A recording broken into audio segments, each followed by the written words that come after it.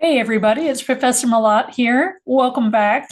In this video, I'm going to focus on one of the most important habits of academic writing, how to introduce and give credit to your sources. So we're going to take a look at what signal phrases are, how they can help you to avoid plagiarism, and how you can integrate quotes in a way that's both clear and ethical. So what are signal phrases anyway?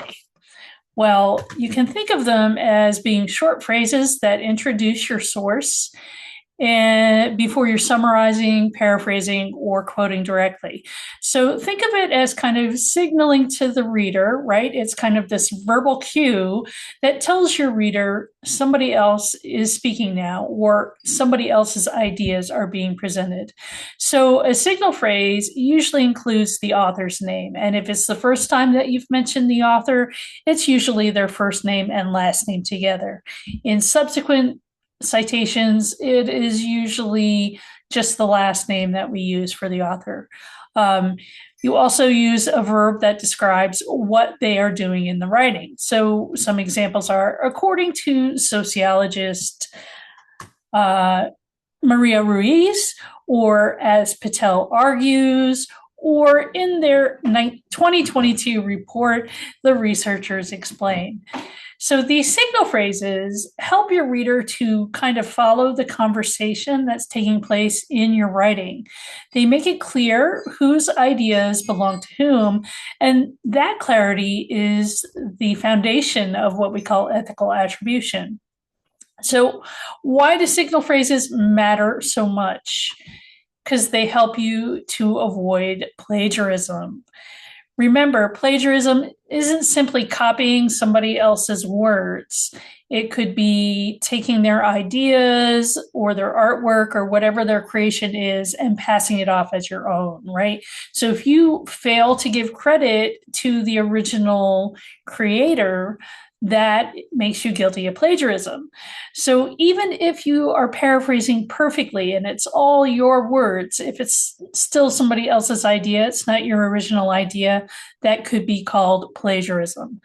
If you don't signal where that idea came from, it still counts as plagiarism. So a signal phrase makes that kind of attribution unmistakable. It's very clear where that original idea or where those original words are coming from. It tells your reader exactly when you're drawing from a source, and it shows that you're participating in responsibly in academic work, right? So it's important to know how to use quotes ethically, right? A quote should never appear out of nowhere. Dropping a quote into a paragraph can be really confusing to your reader if they don't have the necessary context. And that can also be unfair to the original author. So there are 3 steps that we like to take when we are quoting or paraphrasing from a source. The first is to introduce with a signal phrase. This prepares your reader and it gives credit where credit is due. Secondly, you're going to present either the quote or paraphrase material. Ideally, when you're quoting, it should be a short, relevant passage or portion of the text that supports your point. Using a long, unedited block of text often will overwhelm your own writing, and it can sometimes distort the author's original meaning.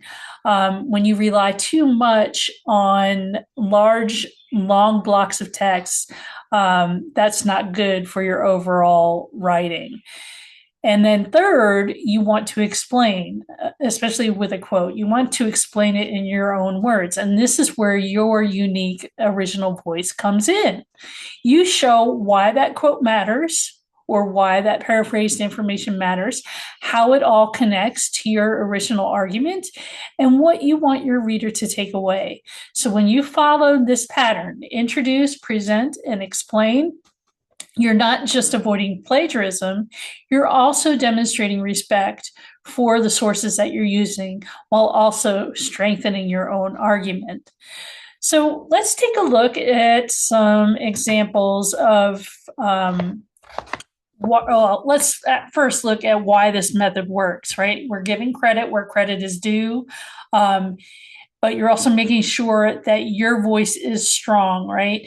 And it also helps to guide the readers, helps your audience follow your argument, and you're not overloading your readers with long, uncontextualized text blocks. So it's really important to be using the right kind of attribution verb. We have several different kinds. We have neutral ones like states, notes, and explains. We have analytical ones such as argues, suggests, or observes.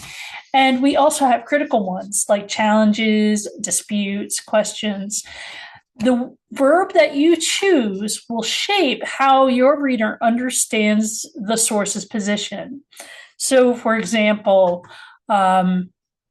saying that Lopez argues signals something different than Lopez observes. So it's really important with your attribution that you're using accurate verbs, right? Choosing the right verb helps you represent the source accurately, and this is a huge part of ethical writing. It signals how you understand their position, and you don't misrepresent the original meaning of the author. Remember that attribution isn't just about naming the author, but about presenting their ideas fairly and clearly. So the takeaways here, you want to introduce and credit every source using a signal phrase will help you to prevent plagiarism. You'll introduce, present, and explain, and that helps to integrate your own unique voice. Choose your verbs deliberately so that they are accurate in presenting the information. And when you use ethical attribution, that builds your own credibility as a writer. So mastering these skills will make your writer clearer, more credible, and more responsible. It's not just about using the sources, it's also about how you engage with them in an ethical way. So good luck with your writing, and that's it about signal phrases. Take care, everybody. Bye-bye.